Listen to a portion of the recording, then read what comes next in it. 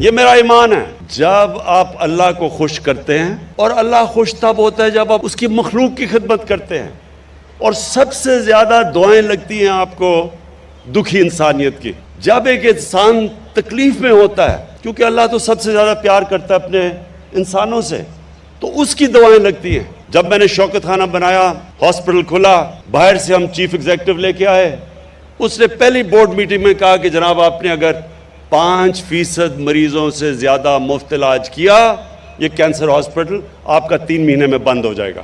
یہ 1995 کی میں بات کر رہا ہوں۔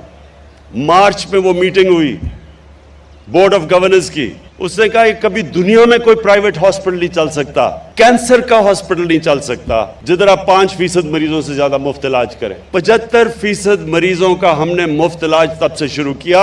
آج تک دنیا میں واحد کینسر ہاسپٹل ہے جو پرائیویٹ کینسر ہاسپٹل 75% مریضوں کا مفت علاج کر رہا ہے۔ اور صرف وہیں علاج نہیں کیا، پشاور میں اتنا پیسہ ہے کہ دوسرا کینسر ہاسپٹل کھڑا کر دیا، اور تیسرا کراچی میں انشاءاللہ سب سے بڑا کینسر ہاسپٹل بننا شروع ہوا ہے۔ میں آپ کو یہ کھڑا مثال آپ کے سامنے ہوں۔ آج تک کوئی یہ نہیں بتا سکا کہ کیسے ایک پرائیویٹ کینسر ہاسپٹل 75% مریضوں کا مفت علاج کرتے ہوئے آج بھی چل رہا ہے۔ ہر سال پچھلے سال سے زیادہ پیسے آتے ہیں۔